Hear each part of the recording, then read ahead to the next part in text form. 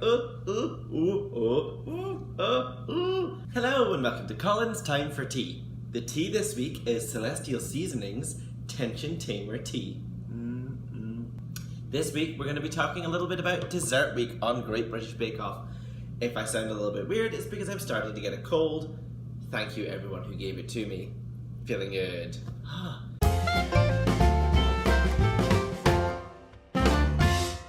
This week we were talking a little bit about the signature, the technical, the showstopper, if there were any innuendos of the week, and a couple of other things I'd like to see. The first thing I'm going to talk about is the little gag at the start that the presenters Sandy and Noel like to do. They pied Paul Hollywood, which was glorious, just glorious. We were all watching it, and when she had the pie, we're like, oh, she's going to pie Noel, it's going to be fine. And then Paul turns up and we're like, oh, is she going to do it? Is she gonna? And she did. And it was wonderful. And I was happy. And that was that. As per usual, I'll be filling this video with my favourite tweets of the week.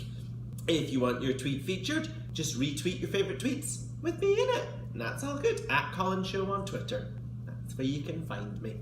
I do love scouring Twitter and finding what you guys have been talking about, because I'm watching it much later than everybody else on Twitter. I can't tweet along, so I'll just live vicariously through you later. Special points for the Great British Bake Off fashion go to Noel's shirt, Sandy's orange top, John's orange shirt, and Karen and her giant yellow shirt dressing gown thing. That just looked epic. So special mention to Terry this week, who was off sick but somehow still managed to save the day when nobody was sent home because he was sick. However, this does mean there's a double elimination next time. So good news this week, there was a double Shantae save, which means that 2 people could go home next time. Terry thought that he was safe because he was sick this week, but no, it turns out he could doubly go home. I wonder if someone's like so bad they send them home and then they take them back and send them home again just because they're that bad. Speaking of Terry, I am genuinely upset he wasn't there for the big spheres at the end. I really wanted to see what he made. So let's start with the signatures. They tried to make perfect meringue roulades, and I think only 2 of them managed to make a spiral. But that's okay, because, well, I couldn't do it. I really don't like meringue, but also, even making Swiss roll, I find that really stressful, not cracking. I'm gonna keep trying, but I still can't do it. A lot of booze happening in the roulades. Manon had kirsch, and Ruby she just kept pouring rum into it, didn't she? Malibu, I think, because she made pina coladas. Malibu, isn't it? Rahul doing my favourite trick, which is holding the meringue bowl over your head. But then my favourite thing about Rahul this week, because he is just a little treasure, was the drinking of milk. He loves his milk. Oh, Rahul, you're just too precious. Kim Joy just has she puts thought into everything that she's doing. Her craft is just amazing. She's like, well, if I'm gonna make a roulade, it's gotta tell a story. So it's gonna talk about Sweet Dreams roulade, is what she made. And she had little stars and moons that she decorated on top just because she'd had a dream that she'd slept in and missed the bake-off. John loves a bit of rustic. Apparently you just used the word rustic, and that means you can do whatever you want. Thanks, John. I'll keep that in mind. This episode today is rustic. Did everyone else feel ridiculously tense when they were all rolling it up? Everyone that we were watching with, which I wish had filmed, was like, just so much tension. Then we had a discussion about meringues and which meringues are the best meringues. Do you like the dry meringues that squeak against your teeth? Or do you like the chewy meringues, like a Swiss meringue? Or do you like a little bit in the middle, which I'm not sure are meant to be like that, but apparently you can get that. What are your thoughts? Say in the comments below. So we had Kim Joy, no swirl. Manon, no swirl, good flavour. Rahul, no swirl, delicious.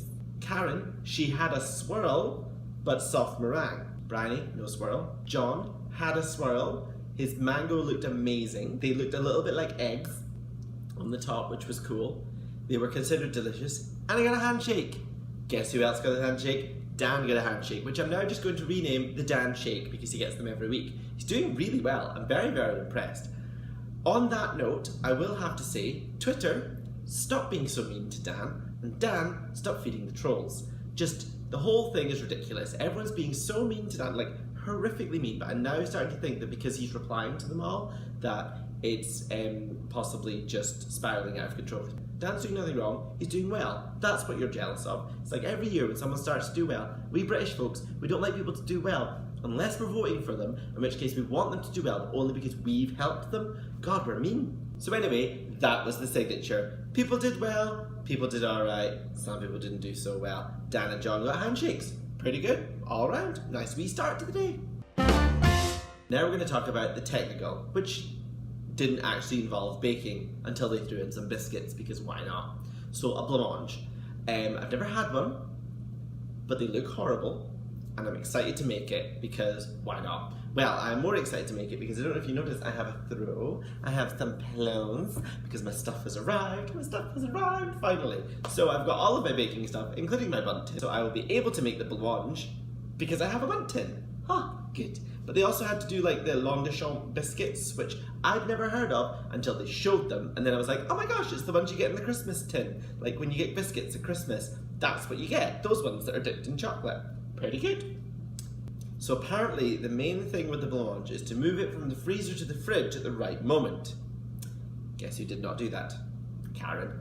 Oh, Karen. Oh, when she lifted it up and it all just went, everyone in the room went, oh no, Karen! Because we love Karen. We think she's amazing, and we just, yeah, she didn't do so well this week. Neither did Manon. Ooh. Hers was not as flat as Karen's, but certainly droopy and sad. We'll see how I get on with mine. Oh, I'm not sure if I really want to taste it either, just because it's like a sad Angel Delight. The Angel Delight is sad too. Well, it's alright, but... So the tops this week were Dan and Ruby, Rahul and John. So well done to them. Well done, guys. So the bottom were Manon, Kim Joy and Karen. Oh, Karen. Bottom of the heap, slopping away with your prolapse looking dessert. So now let's talk about the showstopper. Like I said before, so Terry was sick. I really genuinely hoped he was just going to make two big balls of his head. Two big balls. Too big, like, oh, I just want him to come back and just do that. Just the whole episode just be watching Terry make the spheres. I just really want to know what he was gonna do. Someone find him, because he's not on Twitter. Someone find him and ask him, please. So there was a lot of amazing ideas. Dan's giant peach, which didn't really look like a peach at the end, but apparently had good flavour, and the thing in the middle was fine. John had white chocolate and raspberry, and it was a big ballerina thing, and it was on a big stool, ballerina stool. He was wearing a tutu. It was epic. A lot of people on Twitter were saying he should have won because of that, but I mean, yeah, he should have won because of that. I absolutely agree. I think he did an amazing job, but Dan was consistent throughout the entire thing. However, they were both consistent throughout the entire thing, now that I think about it. John was in the top, Dan won the technical. John was in the top though, and John got a handshake too. Oh, controversial. Yeah, but Dan, oh. Guess it all just comes down to the matter of taste. The most stressful part was when Ruby's just started cracking and falling all over the place, and then John came to the rescue and helped her out. There was a little bit of backlash for Dan on Twitter for saying that he didn't want to help Ruby cheating, but apparently there was this whole thing. He'd replied to it and said that he was helping, but they didn't show it and there was editing, so it's either going to be a truth or it was a Fifi O'Hara moment. Karen's looked epic. Manon's looked amazing. I was so impressed with everything, and then Prue, when Ruby brought hers up to the thing, Prue, her shady comment, do you understand the word sphere? Twitter were like, oh my god, Prue, don't be so mean. But also, it was a ridiculously shady comment, and I loved it. I cackled it, the whole thing was amazing. Rahul's looked elegant, as per usual, then he started crying because it was all tense and it wouldn't, like, the whole room. When we were watching it, I really, again, wish I'd filmed this. Whenever, like, people were pouring over their hot mixture to make it melt, we're like, oh, is it gonna crack? Is it gonna open? Is it gonna open? And then when it didn't, they're like, oh. And then when it did, they're like, yay! Oh, it was so good. So the most amazing one, I mean, John's was brilliant with his tutu and everything was wonderful, but Kim Joy stole my heart with her. It looked fantastic. It had the perfect shine to it. It had the galaxy in it, and then you opened it up, and it had the little turtles and turtles. So many turtles. Oh. Apparently, she said that you can get the recipe by using the shoe bun recipe they made last year and just embellishing. So I will definitely give that a try. I want to make me some tiny shoe turtles. Oh, can we also talk about how Kim Joy, instead of just pouring it with a jug, she had a teapot which matched her tights. Oh, Kim Joy, you're just adorable. I love you so much. And then, yeah, nobody goes home. Hooray! Ah, what a glorious time. I kind of called it when they hadn't really mentioned it, and also the fact that there was that weird editing moment. Can we talk about the editing moment now? So this week, not as far as I'm aware, apart from a couple of chats about balls, not enough made about balls for the innuendos, and then no one mentioned that, you know, Bryony had a nice pair for her roulade. But yeah, so the main gaffe this week came from the editing. So the editing somehow cut in this part where everyone looked relieved, so everyone kind of guessed that everyone was getting saved. So it was a bit weird. Did Prue Leith manage to get a hold of the editing and give away the ending yet again? Who can say? But all I'll know is that somebody got in trouble for that. So next week is Spice Week, and I'll tell you what I want, what I really, really want. Gingerbread. Terry's back next week. Oh, I'm so excited to see what he's gonna do. Especially because it's like suspended, like, bakes. You just think, like, they're sitting in the room going, what can we do this week? What can we do? I don't know. Just throw in some suspendeds. Throw in some suspenders. On that note, I'm going to finish my tea, finish my apple, hopefully get over my cold for next week, make a blancmange, and that's pretty much it. So my name is Colin. This is Colin's Time for Tea. Thank you very much. See you next week.